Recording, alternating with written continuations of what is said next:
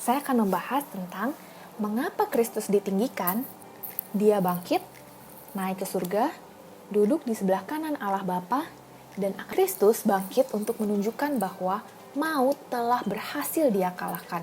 Dia menggenapi nubuat-nubuat para nabi. Jadi kebangkitannya bukan sekedar bangkit aja, tapi sudah dinubuatkan di kitab-kitab perjanjian lama. Alkitab kita itu sungguh firman yang hidup ya. Nubuat yang ada pasti terjadi dan benar terjadi. Bedanya dengan nubuat-nubuat zaman sekarang, hati-hati ya, jangan percaya, karena kitab kita sudah selesai dibuat dan tidak akan ditambah lagi. Kristus naik ke surga demi umat pilihannya, menjadi perantara antara manusia dan Bapa dan mengirimkan Roh Kudus. Tapi kita juga nggak boleh lupa, Kristus selalu menyertai kita. Secara manusia ia naik ke surga, secara ilahi ia selalu menyertai kita melalui keilahiannya dalam Roh Kudus di bumi ini. Kristus duduk di sebelah kanan Allah Bapa berarti Kristus memiliki keagungan tertinggi dan ilahi, yaitu setara dengan Bapa. Dia berdoa bagi kita agar Bapa dapat menganugerahkan hidup kekal kepada kita. Selain itu, agar Kristus juga dapat memerintah dan membela umatnya dalam kehidupan ini, melawan iblis, dan dia akan memuliakan dan memberi kita kehidupan yang kekal. Kristus akan datang lagi untuk menghakimi yang hidup dan yang mati, menjadi jaminan bahwa Kristus pasti akan datang kembali ke bumi ini. Dan pada kedatangannya yang kedua kali nanti, gak ada yang tahu kapan, akan ada pembaruan langit dan bumi.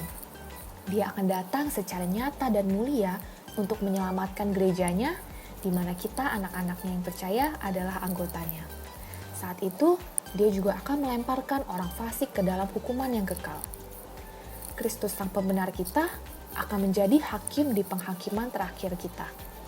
Fakta yang menenangkan bukan? Siapakah Kristus bagi kita saat ini? Apa kita hidup sungguh baginya?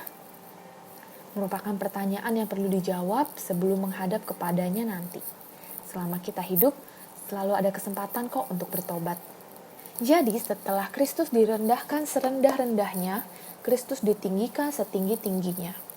Kemuliaannya sama sekali tidak tertutup oleh pengorbanan yang total walau sampai begitu hina dan ekstrim. Dia langsung kembali bangkit dan dimuliakan oleh Bapa dan Roh Kudus, juga oleh dirinya dan kekuatannya sendiri. Alkitab menyebutkan manusia juga akan dimuliakan nanti oleh Allah.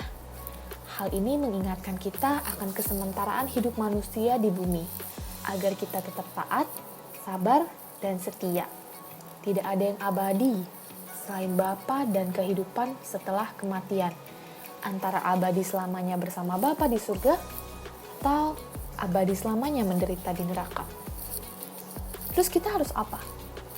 Ya siap-siap dong. Kita belajar dari Rasul Paulus, punya kepentingan yang begitu besar bahwa seolah dia selalu berpikir bahwa Kristus akan datang. Bukannya sekedar paranoid atau ketakutan-ketakutan gak jelas, tapi merupakan persiapan yang baik. Selalu mengingat bahwa Kristus akan datang, walaupun kita gak tahu kapan. Walau sampai Paulus mati pun, Yesus gak datang-datang lagi ke bumi, tapi Paulus menjadi contoh, ia benar-benar menghidupi kehidupannya hanya untuk Tuhan saja. Misalnya nih, jika besok nih, Tuhan datang kedua kalinya, kira-kira apa ya yang akan kita lakukan? Apakah hidup saya sudah cukup benar di mata Tuhan?